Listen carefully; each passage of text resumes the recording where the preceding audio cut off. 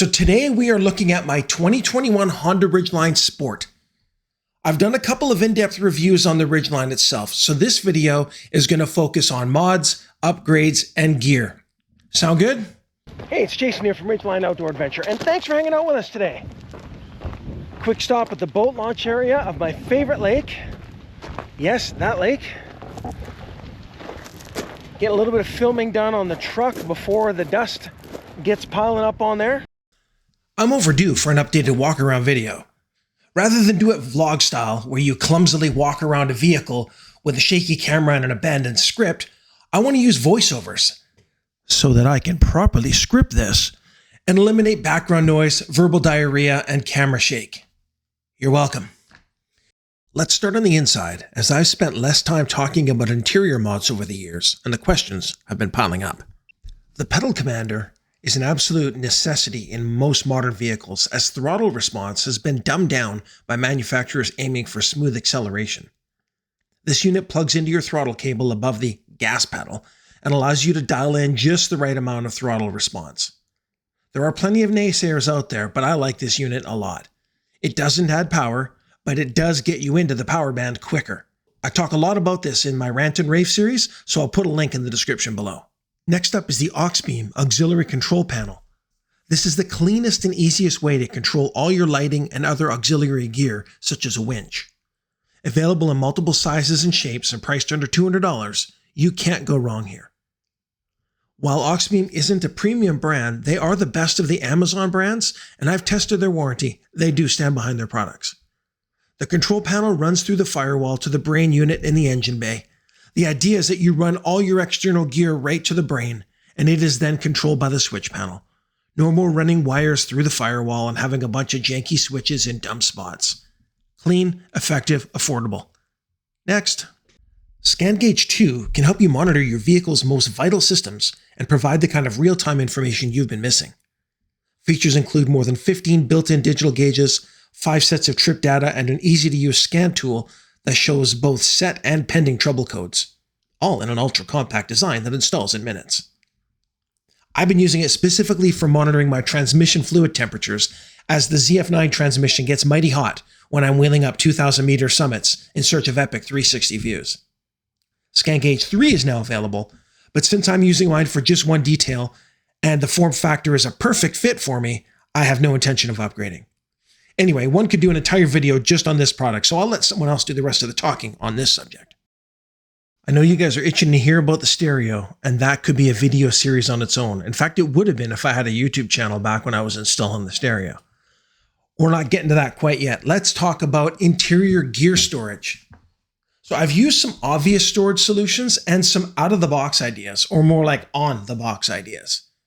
The molle seat back panels, they're an affordable way to keep your most important accessories handy, whether it be knives or flashlights, a 10mm wrench, or your personal protection items such as bear spray or firearms. Looking at the box under my seat, this is a custom sealed box with a pair of JL 10-inch subs. More on that later. But for this segment, I've used P-straps and shock cord to mount gear to the sides of the box. First aid, booster pack, binoculars, inflatable pillow, crucial things like that.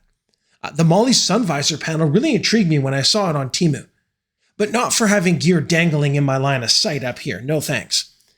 I've got this panel hanging on the seat back, or hanging on the back seat, so I can quickly relocate these essentials to the back of the truck when I'm camping or just tailgating. Now let's talk power, as you can never have too many power points. And since I have this badass stereo, that also gives me a fat power cable that I've tapped for a lot of 12 volt accessories. I have an inverter mounted on the sub box. A couple of marine grade 12 volt sockets are down in and around that area as well. And I've hardwired a quick disconnect for my inflator. The first upgrade was actually the 12 volt sockets on the back of the center console. The premium models of the Ridgeline come with this included. I wanted it, and I was already wiring in a stereo, so this was just a no-brainer to add on, especially since I had the center console out.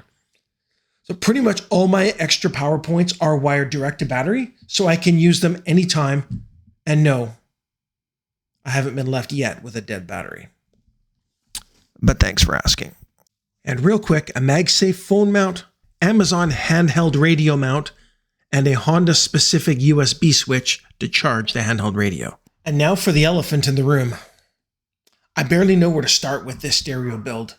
It was done 4 years ago, so I don't even remember all the details, but let me start by saying this. I've upgraded the stereo in every one of my personal vehicles over the years since 1993. The plan here was to keep the Honda factory deck and build a system around it. The plan was complicated, it was expensive, and it lasted for about a year. There were some sound processing flaws in the Honda system that were not easily bypassed. But one thing that did get bypassed was my budget.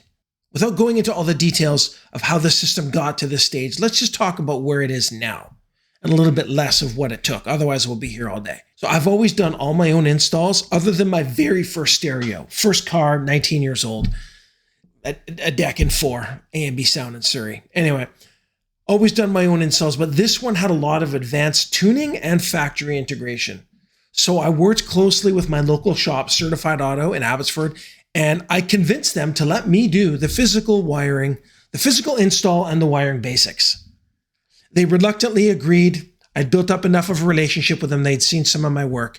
So from there, they did all the factory integration and DSP tuning.